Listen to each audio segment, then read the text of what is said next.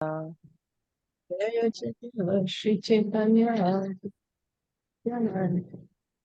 Jaya Advaita Chandra Jaya Gaura Bhakta Vrinda Jaya Jaya Shri Caitanya Jaya Nityananda Jaya Advaita Chandra Jaya Gaura Bhakta Vrinda. Can somebody please read? Can I read? Please. The Lord then requested the Bhaṭṭācārya to go see Jagannath in the temple.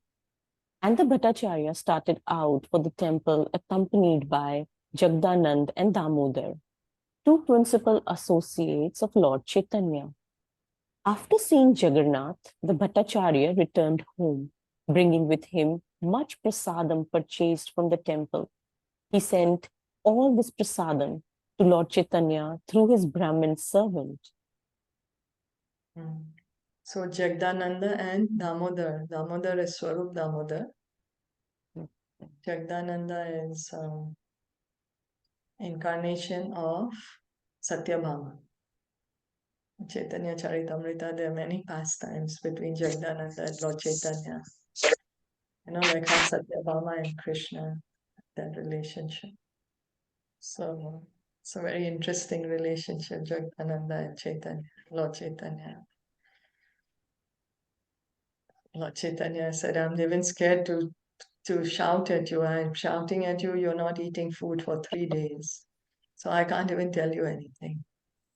And there's a nice pastime. And Swarup Damodar, because then Jagdananda is like having a full fast because he had brought sandalwood oil for Lord Chaitanya. And Lord Chaitanya said, I'm sannyasi. What do you think? I'll put sandalwood oil on. What will people think? That I'm a Vishayi, I'm an enjoyer, I'm supposed to be a renunciate. But Jagdananda, he wanted his Lord to enjoy. So Lord Chaitanya didn't put the oil. And then Jagdananda got upset and broke the pot. And then went to his house and he was sleeping in his, not sleeping, he didn't eat for 2-3 days. Then Lord Chaitanya went to him and said, can you please cook for me? And Jagdananda said, of course I'll cook for you. Then Lord Chaitanya said, you also please eat, no? I just told you a little bit and then now that means I can't even tell you a little.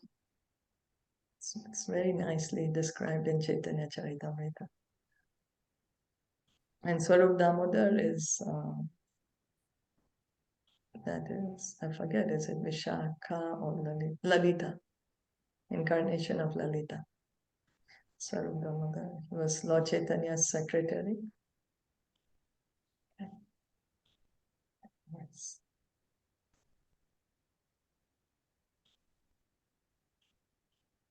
The Bhaṭṭācārya also dispatched 2 verses written on a palm tree leaf and requested Jagdanand to do him a favor by delivering them to the Lord. Thus Lord Chaitanya was offered the prasadam and the verses on the palm leaf. But before reaching the Lord, Mukunda Datta, who had also undertaken the delivery of the verses, had copied the verses into his book. When Lord Chaitanya read the verses on the palm leaf, he tore it to pieces. For he never liked to be praised by anyone. The verses only survive.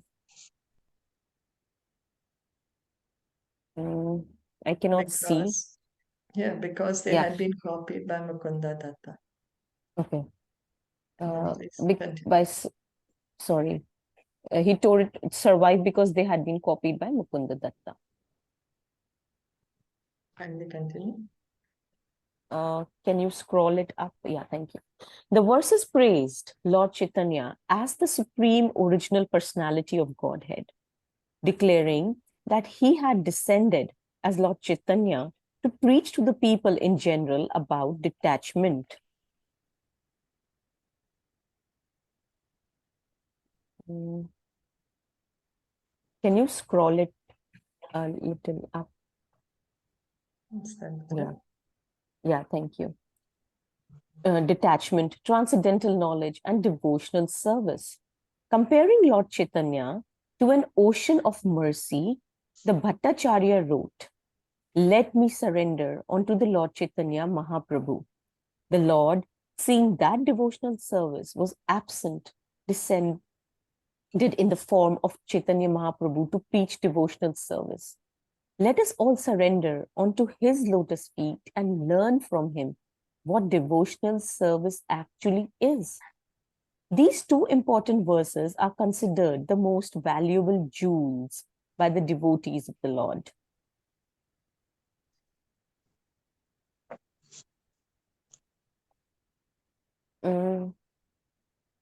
I don't know why. I mean, No, I are you have able to to see? scroll it up. I can't see. Yeah, I finished reading. No. Yeah, in this quick succession. And by virtue of these famous verses, Sārvabhauma Bhaṭṭācārya has become known as the highest of the devotees. So Bhattacharya wrote 2 verses. Lord Chaitanya read the verses, but he tore it. Lord Chaitanya didn't know that Mukunda Datta had copied them. And this is praising him. Lord Chaitanya would never like to hear his praise or anyone call him Krishna. So he would actually close his ears if anyone called him Krishna. And here Bhattacharya is saying, let me surrender unto that Lord Chaitanya Mahaprabhu. And Lord Chaitanya Mahaprabhu came specifically to give us devotional service, to give us chanting the Hare Krishna mantra. So Bhattacharya is saying, let us all surrender at the lotus feet of Lord Chaitanya and learn from him what devotional service actually is. You know, we can easily approach Krishna by the mercy of Lord Chaitanya. Otherwise, it is very difficult to approach Krishna. But it's by Lord Chaitanya's mercy that we are chanting the holy name that we can easily approach Krishna. Thus, Sārvabhauma Bhaṭṭācārya was converted into one of the most important devotees of the Lord, and he had no other interest than to serve the Lord.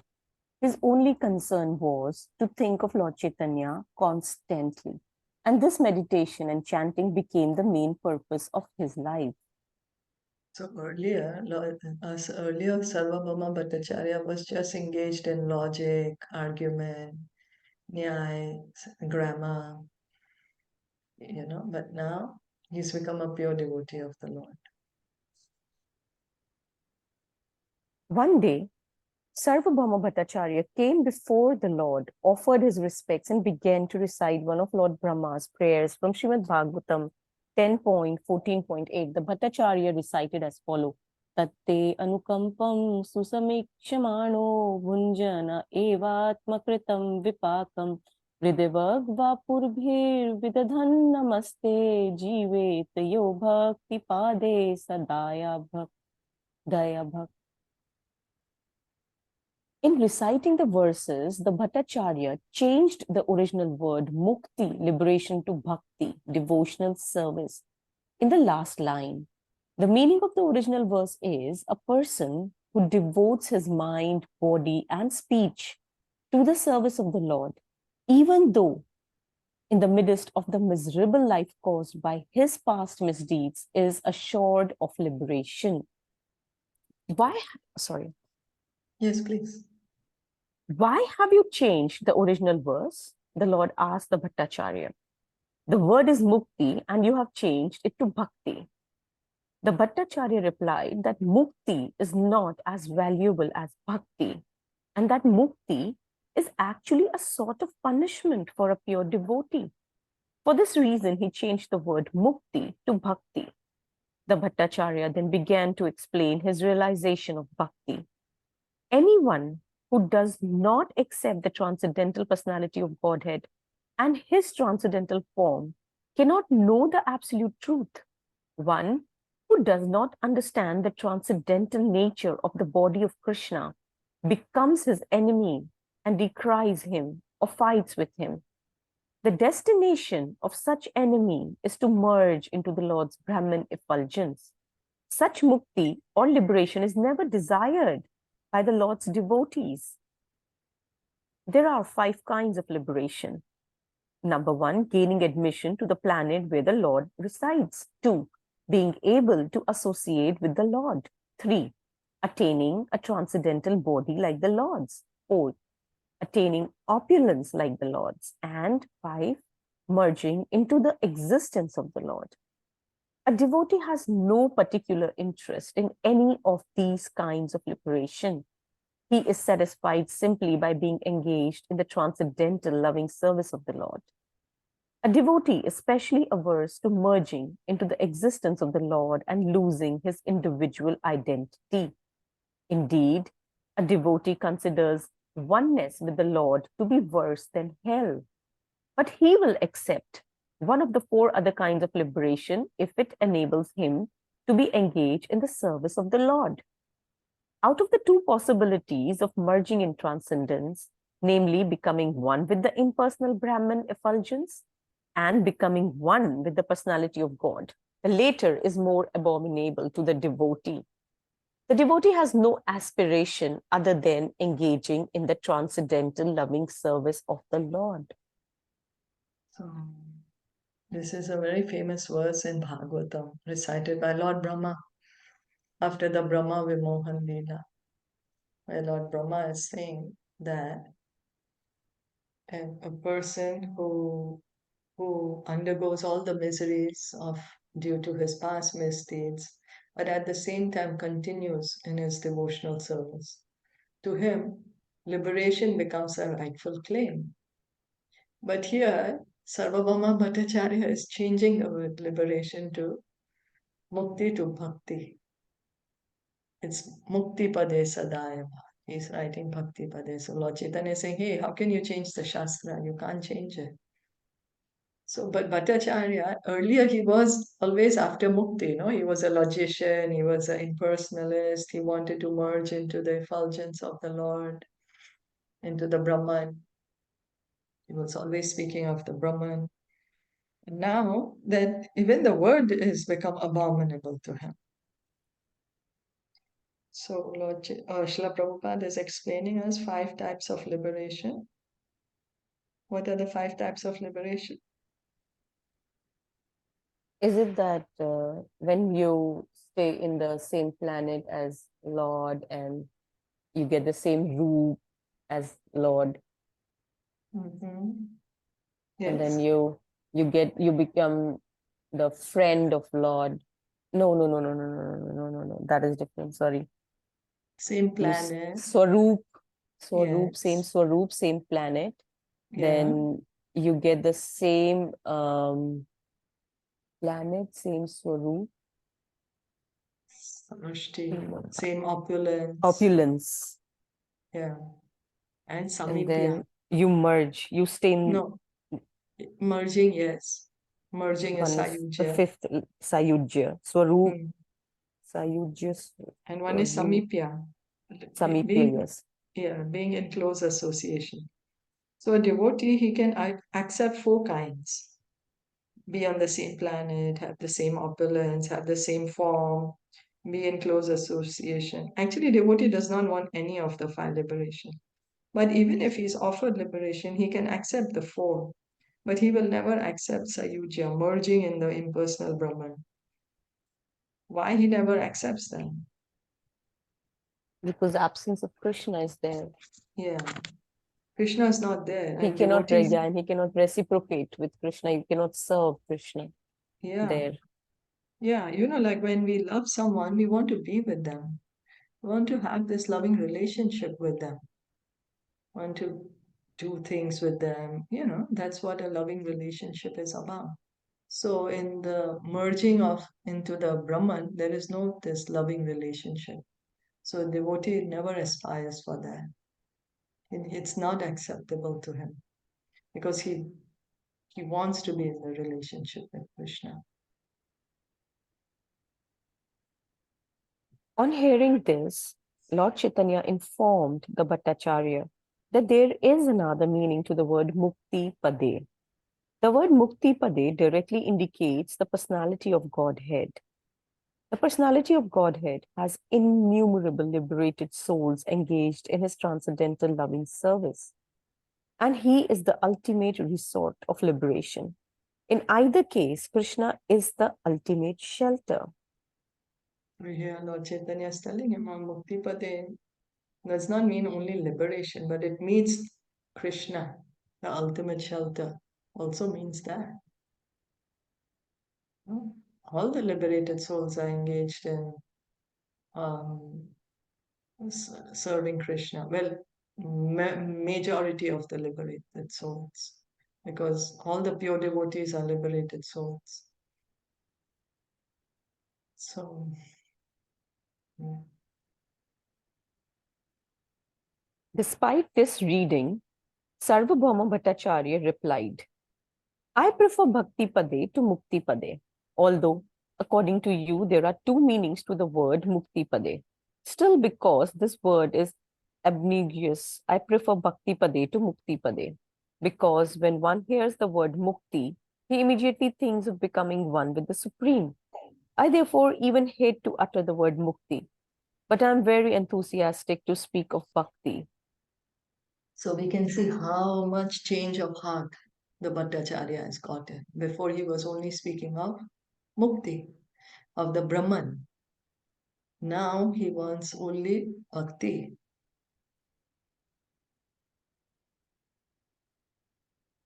At this, Lord Chaitanya laughed very loudly and embraced the Bhattacharya with great love.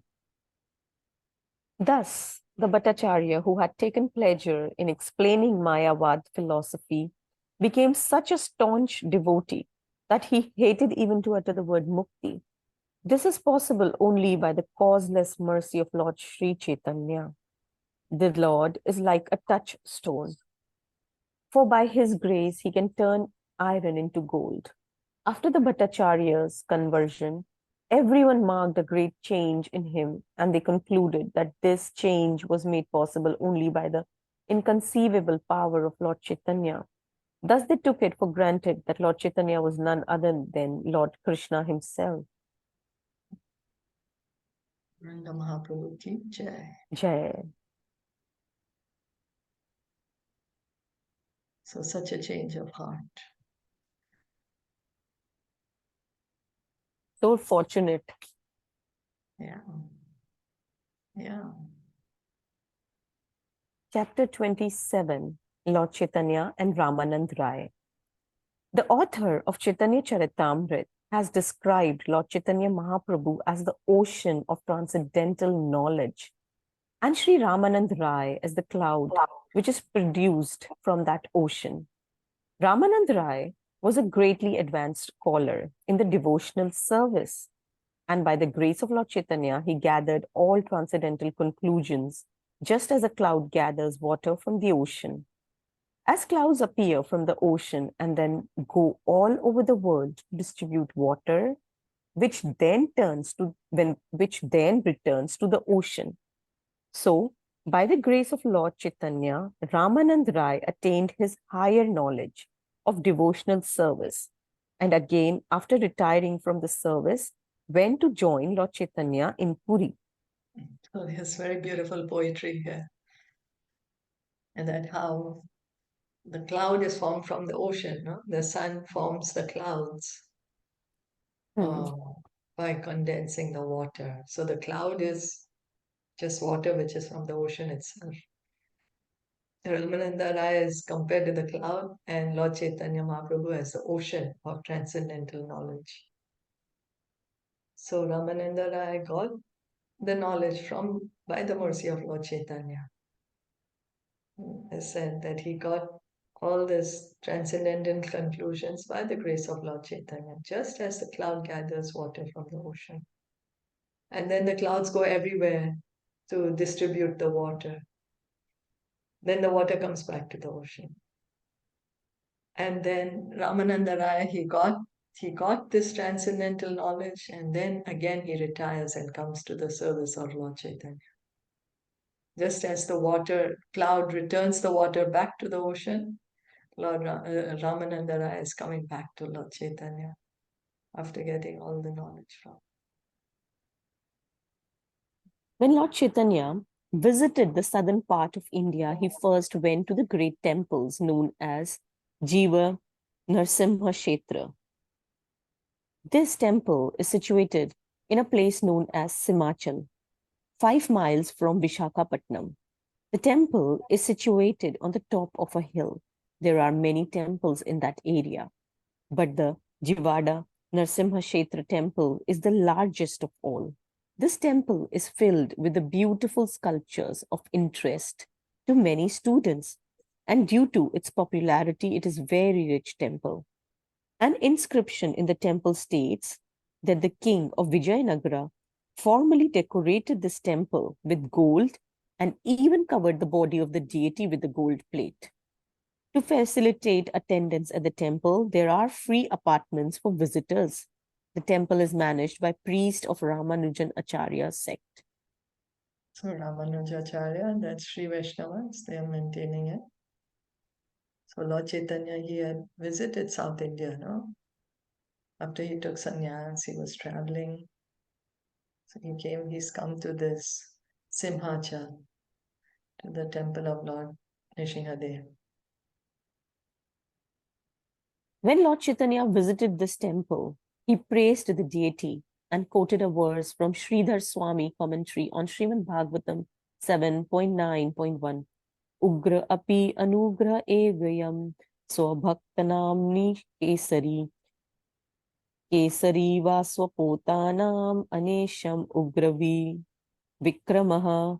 Although Lord Narsimha is very severe to demons and non-devotees, he is very kind to his submissive devotees like Prahlad. Lord Narsimha appeared as a half-man, half-lion incarnation of Krishna when Prahlad, a boy devotee of the Lord, was harassed by his demoniac father Hiranyakashipu. Just as a lion is very ferocious to other animals, but very kind and submissive to his cubs, so Lord Narsimha appeared ferocious to Hiranyakashipu and very kind to his devotee Prahlad. So lion, to his children, the cubs, they're not afraid of the lion, but the others are very afraid. Similarly, Lord Nishingadev is very fearsome to the non-devotees, but the devotees feel very safe at his lotus feet. The cubs of the lion, they feel very safe playing around the lion. If we were going to go near the lion, we would be like, oh my God, no way, he's going to eat me up. But the cubs are there playing with him. Similarly here, Prahlad Maharaj, pure devotee of the Lord, he's not at all afraid of Lord Nishingadev. Why? Because he loves him. There's a loving relationship there. So the devotees, they take shelter of Lord Nishingadev. So they're not afraid of him. But the non-devotees are very afraid of Lord Nishingadev. He appears ferocious, no? Like Hiranyakashipu. Hiranyakashipu was actually scared of him, but just outside he was showing, oh, come on, I'll give you a good fight. After visiting the temple of Jivada Narsimha, Lord proceeded further into South India and ultimately reached Vijayanagar on the bank of Godavari. Vidyanagar on the bank of Godavari. While on the bank of this river, the Lord remembered the Yamuna river in the Vrindavan, and he considered the trees on the bank to be the forest of Vrindavan. Thus, he was in the ecstasy there. After taking a bath in Godavari, the Lord sat near the bank and began chanting, Hare Krishna, Krishna Krishna, Hare Hare, Hare Ram, Ram Ram, Hare Hare. While sitting and chanting, the Lord saw that the governor of the province, Sri Ramanand Rai, has reached the banks of the river accompanied by his associates, which included a musical band and many brahmanas. Previously, the Lord had been asked by Sārvabhauma Bhaṭṭācārya to visit the great devotee Ramanand Rai at Kabur. The Lord could understand that the man approaching the river bank was Ramanand Rai, and he desired to see him immediately. But because he was in the renounced order of life, he restrained himself from going to see a person involved in the political affairs. Being a great devotee, Ramanand Rai was attracted by the features of Lord Chaitanya, who appeared as a sannyasi, and he himself came to see the Lord. Upon reaching Chaitanya Mahaprabhu, Ramanand Rai prostrated himself to offer his obeisances and respect. Lord Chaitanya received him by vibrating Hare Krishna, Krishna Krishna, Hare Hare, Hare Ram, Ram Ram, Hare Hare. So Lord Chaitanya, when he was leaving for South India, he started from Jagannath Puri, you know. At that time, Sārvabhauma Bhaṭṭācārya had told him, you go meet Ramananda Rai. And here, Lord Chaitanya, happened to meet Ramananda Rai. Ramananda Rai is a big governor in the government of Maharaj Prataparudra. And of course, Lord Chaitanya is a sannyasi. Ramananda Rai was, you know, if you're a politician, you have so much entourage coming with you. So Ramananda Rai was accompanied by so many people. And, you know, Lord Chaitanya, because he's a sannyasi, he's just finding When something. Yes, please. When Ramanand Rai presented his credentials, Lord Chaitanya embraced him, and both of them were overwhelmed with ecstasy.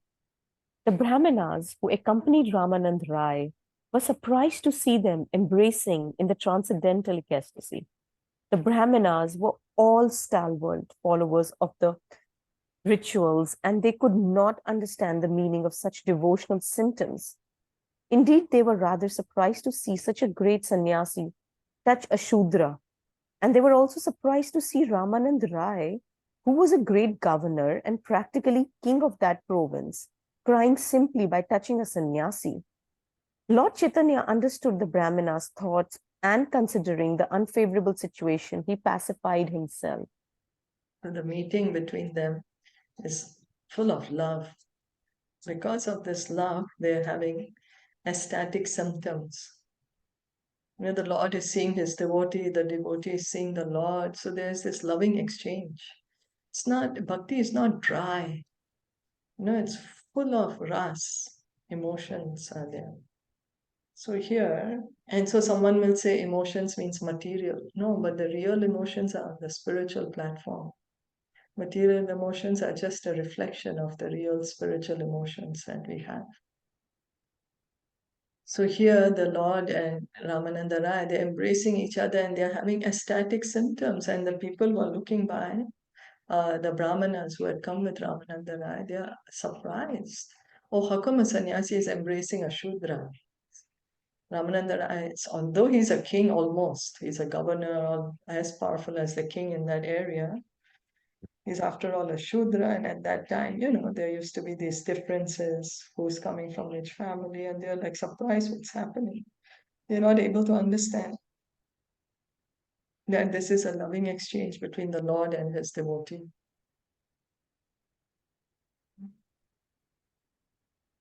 So, any questions or comments? Just can't stop reading. It's so beautiful. I know, right?